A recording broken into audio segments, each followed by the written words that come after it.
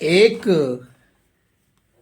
अनुमान है कि देश में हर साल करीब 90 लाख लोग पलायन करते हैं।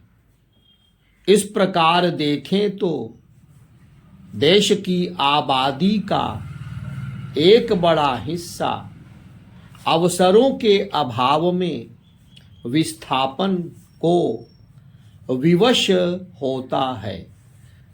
अवसरों का यह अभाव रोजगार के विकल्पों, मौकों की कमी और क्षेत्रीय स्थिति जैसे पहलुओं से उत्पन्न होता है।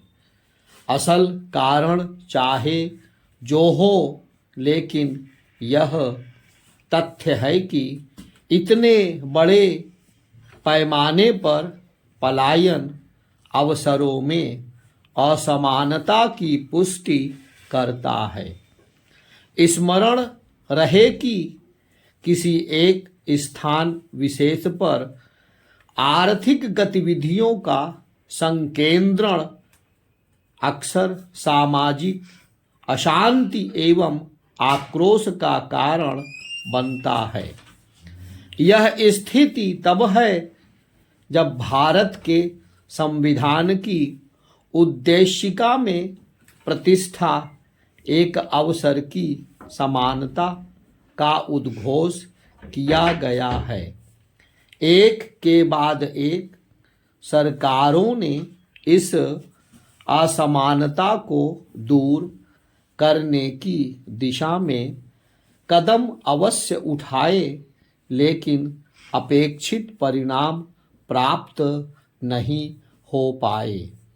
हाल के दौर में लोक लुभावन वाद इसका एक कारण बनता दिख रहा है। लोक लुभावन वाद को लेकर इन दिनों जबरदस्त होड़ मची हुई है। इसी कारण बीते दिनों कर्नाटक के उप मुख्यमंत्री डी.के.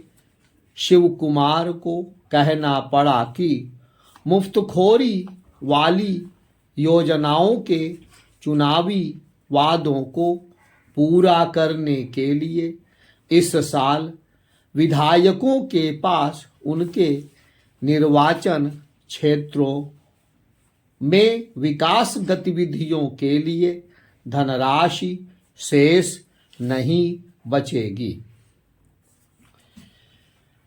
भारत में सरकारी योजनाओं एवं कार्यक्रमों को धरातल पर उतारने का मुख्य दायित्व देश की नौकरशाही के पास है। अफसोस की बात है कि उसका प्रदर्शन खराब रहा है। इसकी बड़ी वजह संस्थानों का सांगठनिक ढांचा, कार्य संचालन का ढर्रा और जवाबदेही की कमी है। भारत ने नौकरशाही का सांगठनिक ढांचा अपने औपनिवेशिक शासकों से विरासत में लिया।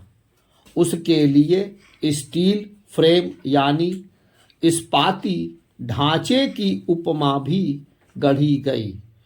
उससे अपेक्षा की गई कि यह ढांचा न केवल कानून एवं व्यवस्था को बनाए रखेगा, बल्कि सरकारी खजाने के लिए राजस्व भी जुटाएगा।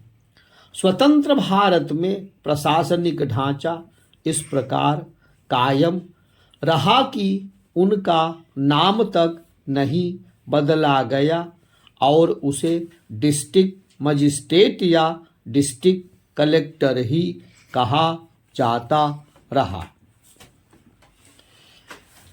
राजनीतिक स्वतंत्रता ने राष्ट्र राज्य को जनता द्वारा और जनता के लिए सरकार में बदल दिया। उत्कृष्ट संविधान ने विधायिका को कानून बनाने, कार्यपालिका को उन्हें लागू करने और न्यायपालिका को एक समतामूलक समाज के निर्माण का दायित्व सौंपा। यह सब तो हुआ, लेकिन प्रशासनिक मशीनरी को आवश्यक रूप से पुनर्गठित नहीं किया गया, जबकि स्वतंत्र भारत में जन कल्याण की दिशा पूर्ववर्ती शासन से बिल्कुल अलग थी। इसके बावजूद समानता और न्याय वितरण के अग्रदूत बनने के बजाय सरकारें माई बाप की सरकार और अधिकारी हुजूर ही बने रहे। स्वतंत्रता की मध्यरात्रि पर देश के प्रथम प्रधानमंत्री जवाहरलाल नेहरू ने अपने प्रसिद्ध भाषण नियति से साक्षात्कार में कहा था, भारत की सेवा का अर्थ उन करोड़ों लोगों की सेवा से है जिन्हें कष्ट उठाने पड़े। इसका अर्थ होगा गरीबी, अज्ञानता और बीमारियों का अंत और अवसरों की समानता सुनिश्चित करना। इसके उलट अवसरों में असमानता के अतिरिक्त शिक्षा, स्वास्थ्य, रोजगार, आय और जीवन की गुणवत्ता के स्तर पर विसंगतियां अपूर्ण वादों को ही दर्शाती हैं। राजनीतिक बिरादरी वोट बैंक की राजनीति में उलझी रही। उसने सशक्तिकरण की राह में आने वाली बाधाओं को दूर करने का प्रयास नहीं किया। उल्टे वे जनता को झुनझुना ही पकड़ाते गए। जनता के लिए पर्याप्त रूप से समान अवसर सृजित ही नहीं किए कि लोग गरिमा और आत्मविश्वास के साथ जी सके।